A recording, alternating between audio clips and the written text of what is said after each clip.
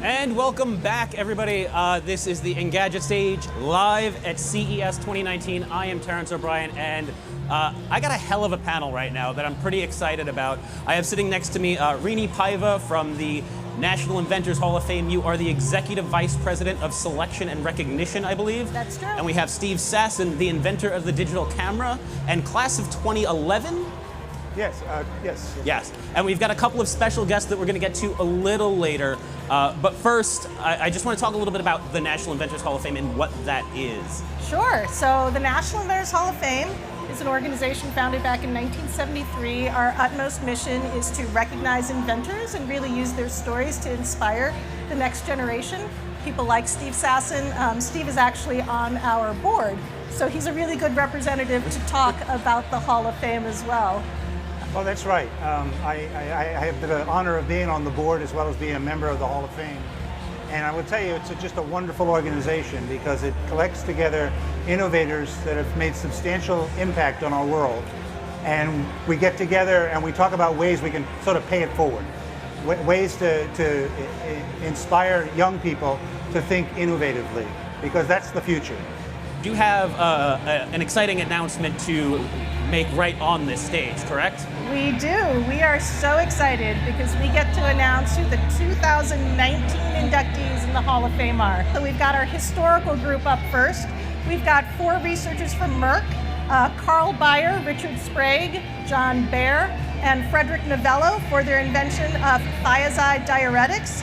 Back in the 1950s, this was really the first way to treat hypertension, and it's still used now to treat heart conditions, high blood pressure, things like that. We've got Duncan Black and Alonzo Decker. You might be able to tell from their names. They co-founded the company Black & Decker. Back in 1917, I think it was, they actually invented and patented a portable handheld electric drill and really spurred the power tool industry that we know today. We've got Andrew Higgins, interesting man who a lot of people say was the reason we won the war. His company manufactured boats, Higgins boats, and they were the landing craft that were actually used on the beaches of Normandy on D-Day, so we owe him a lot. We've also got Joseph Lee. He was an inventor who was the son of slaves, and he grew up to be an entrepreneur and a restaurant owner. He invented bread making and bread crumb making machines, which actually found their way into wide use in restaurants all across America around the turn of the 20th century. And then rounding out our historical class, we've got William Nebergall and Joseph Mueller, who worked on a cavity preventing substance using fluoride. Crest toothpaste actually debuted in 1956. But I could go on and talk about the living class of inductees as well. And we're very excited because we've had a chance to meet all of them. Chiyoko Asakawa is a Japanese researcher, spent much of her career at IBM Tokyo, and she has come up with something called the Home Page Reader, which is the first voice browser that the visually impaired and the blind could use. So imagine being able to give people like this the opportunity to independently navigate the internet. She's still working on technologies like this. We've also got Jeff Kodosky and Jim Trishard. They're 2 of the co-founders of National Instruments. And when the company was founded, they were working on virtual instrumentation, but they debuted their LabVIEW product in, I think it was 1986. And that's a graphical programming language that allows for better testing, measurement, and controls. I can guarantee you that a lot of the products that were developed here at CES probably were using LabVIEW programming in their development. And hello to Shelley from National Instruments, who's here with us representing. We've got on our list Rebecca Richards-Cordum. She's a researcher at Rice University who's really focused on creating low cost but high performance medical devices for really low resource and poor in rural settings. She's come up with an optical sensor to detect cancer. She's come up with devices to really increase the survival rate of newborns in Africa. So some fascinating work that we really like to see on developing areas, not just here in the first world. And we've got a few more people. We've got Ed Schweitzer. Ed Schweitzer is the founder, I should say, of Schweitzer Engineering Labs. He invented something called the Digital Protective Relay, which, as the company likes to say, is something that keeps the lights on. And let me see if I can get this right. The Digital Protective Relay he invented was one-eighth the cost, one-eighth the size, 1/10 the weight, and 1/3 the cost of the traditional mechanical relays that were in use. It's had a huge impact on the power industry. So we're looking forward to welcoming him. And then I think people here will be interested in Ken Thompson and Dennis Ritchie. They are the co-developers of the Unix operating system.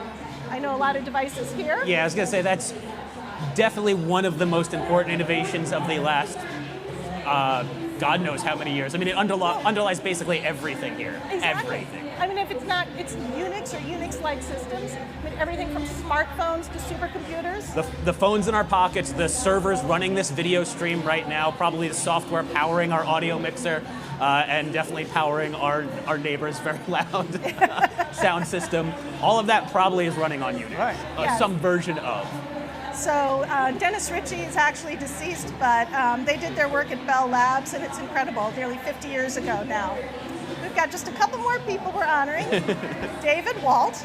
David Walt is both an academic and an entrepreneur. He invented something called microarrays, and they have revolutionized gene analysis and have the ability to analyze thousands of genes at once. So this is applicable to medical diagnosis, disease detection and treatment, and beyond that, researchers and lay people like us, it's allowed DNA sequencing to become much more accessible and affordable. Yeah. I think a lot of people have been talking about that recently. Absolutely. Genomics Yeah. and accessing that. And finally, we get to the last one. And last but not least, I like to say, we have Bill Warner, and Bill Warner is our special guest who is sitting up on stage with us today. Bill Warner is the founder of Avid Technology and the inventor of the Avid Media Composer. So he is the inventor of digital nonlinear editing for film and video. I believe we have one other special guest very patiently waiting just off stage, right? Yes. So we mentioned our Collegiate Inventors competition. So Nicole Black is someone who won our competition recently. She's a PhD student from Harvard.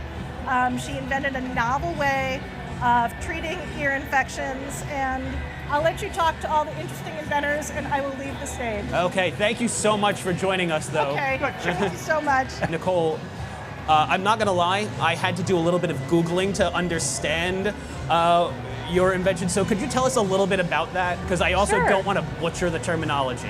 Sure. So this invention got started when I was taking a class at the Massachusetts Eye and Ear Hospital, and we were looking inside each other's ears with an otoscope just to look at our eardrum. And I could see that I had a lot of scar tissue on my eardrum from when I was a little kid, and I actually had ear tubes. So ear tubes are placed in over 1 million children in the US each year.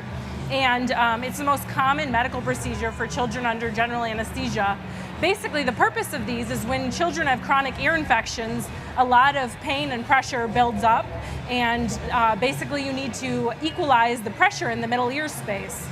So in little kids, they're Eustachian tubes, can't really equalize this pressure well, so this tube is inserted to basically accomplish that. Okay. Now, there's a lot of issues with current ear tubes, such as the scar tissue that I had on my eardrum from them being so large. In addition, they don't allow antibiotic droplets to go through them, and so kids have to take oral antibiotics, which are obviously not ideal for young children, and then when they clog or fail or fall out, they have to go through multiple surgeries. So you're thinking about a little kid bringing them back multiple times. So our invention is novel materials and designs that solve these challenges. Steve, You invented the digital camera. I don't know that we need to explain to too many people what that is. Oh. But is there anything you just wanted to say about it real quick? And the very first digital camera is a very odd-looking device, built with all parts that were taken from all over the place, even out of used parts bins. Okay, so I think when you're young, you sort of get some habits, and you start to innovate a certain way, and it sticks with you. Yeah. And the invention of the digital camera was very much a product of a kid living in Brooklyn pulling parts off at all the TV sets. And Bill, you invented digital nonlinear editing, which I think it sounds like a mouthful, but it's a pretty easy concept to wrap your head around, right? Well, it is. If you edit video in the old days, you basically had to put one shot after another, and you couldn't change it. Imagine writing a thesis, and you couldn't change it. It drives you crazy. If you wanted to change, you had to retype the whole thing. Is what you had to do. Yeah. And so Avid made the first 30 frame per second nonlinear editor that meant you saw every single frame, and you could move them and move footage and sound anywhere you wanted. And it really ended up becoming the dominant nonlinear editor. And it is, to this day, in the high end of the market. People have been trying to solve the editing problem for 100 years. But I didn't know that. I just wanted to solve it because I loved editing, and it was so painful to edit. But is it like a career path that you choose, or is it something that just kind of happens to you accidentally that you become an inventor? Yeah, I mean, I think that really anyone can be an inventor, and part of the reason I started on this path into invention and engineering is I actually participated in Camp Invention, which is hosted by the National Inventors Hall of Fame. And this camp is really great because not only does it expose kids to the engineering and science concepts, but you actually get to be an inventor yourself. So I was a little kid when I did this, about 7, and I was thinking, what problems do I want to solve? And I was, I didn't really like bugs. So basically, I invented a little bug trap that could trap the bugs, but not kill them, because I didn't want to kill the bugs. So hold them nicely, and then I could take them outside. And so in this respect, I was actually an inventor myself, even as a kid. And this has sort of, inspired me to later be a counselor for this camp and really want to inspire children of, all different backgrounds, races, genders, to know that you can be an inventor too. This is really, it's just a process, it's not limited to, someone even, who files a patent, anyone can really be an inventor. So I think that that's really important for parents and families to know. I like to think if you have an imagination, you can be an inventor, okay? And all you do is imagine what you want to try to do, either because you want to make something better or solve a problem or frustrated by what's going on, right? I was frustrated. I didn't like handling photographic film in camera. I didn't like it, right? So there's these things motivate you to do it, and then you imagine a solution. I mean, think about when somebody jumps. They don't jump by going up immediately. They jump by crouching down. Yeah. It's sort of this getting ready, and everybody has their own getting ready. You were, hoarding parts and learning how things go. And I think that people have this inventive mind, and if they allow it to, if they help it along, you want to let it do those things. Bill, Steve, Nicole, thank you so much for joining me. Thank you, Rini, wherever she is. Please stay tuned. Senior editor Chris Velasco is going to be up next having a conversation with Twitter. And yeah, don't miss all of the news from CES 2019 here on Engadget.